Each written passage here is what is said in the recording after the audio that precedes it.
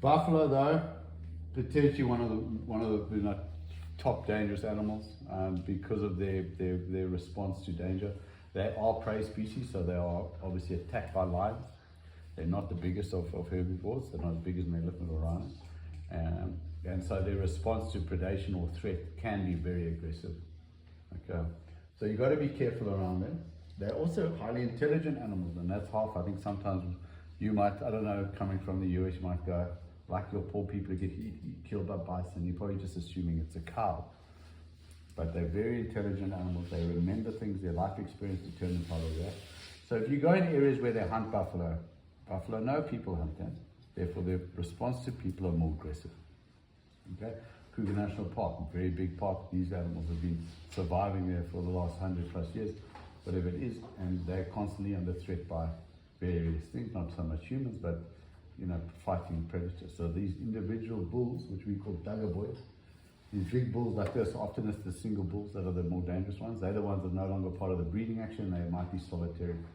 And that's also important to remember. They're by themselves, so their response is aggressive because they don't have the safety of the herd to protect them. So they choose a much more aggressive response, which is a charge. Okay. When it comes to breeding herds, they're in groups. They've got calves, but they tend to favor closing ranks, putting the big males up front and standing when danger presents. All right, and maybe even retreating from danger to the point where they feel comfortable and then they face the danger. So I'm saying that generally speaking, herds are safer to approach than bulls. And I say generally, you don't want to have a generalization. Here in Makalali, our biggest herd is hard to say, it was 100, it's now less, they're split. But in Kruger Park, when all the buffaloes, if you're getting herds of 5,000. So there's a real threat of a stampede then. Because remember, what I'm reminding you of, when you're in the environment, it's not just you and the animal, it's you and everything else.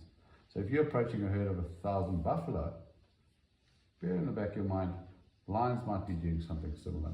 So anytime you're approaching a dangerous animal, potentially dangerous animal, you must make sure you're moving to a point of safety, like your tree, your raised position, your fallen over log, or your river, whatever the case may be.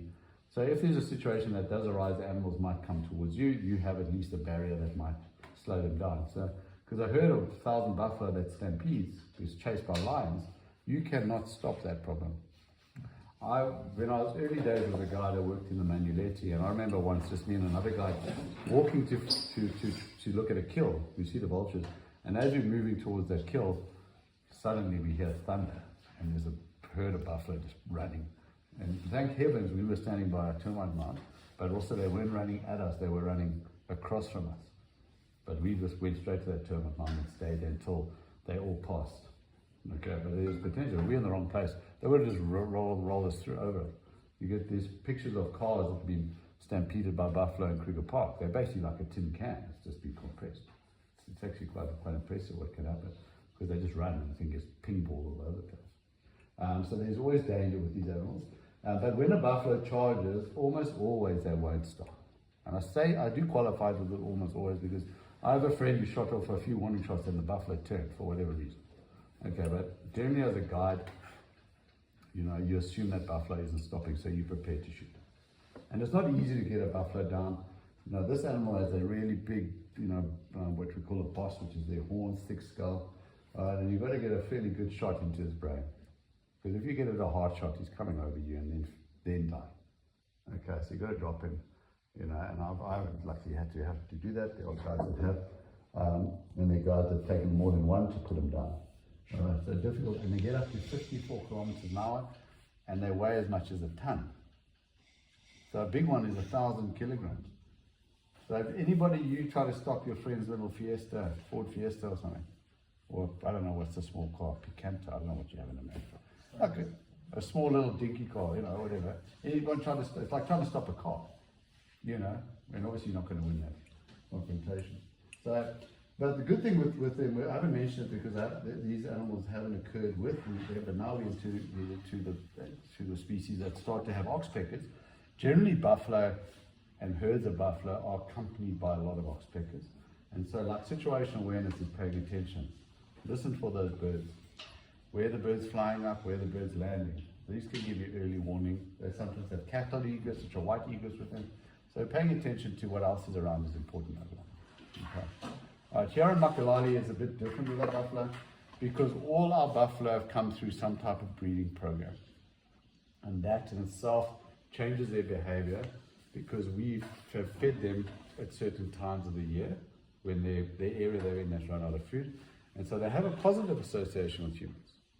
And that's not necessarily a safe thing to have because you can get weirdly close to sometimes to them, or the bulls don't react. We used to have a bull that used to sleep outside the volunteer rooms. That wasn't cool. Firstly, people couldn't sleep because they're small.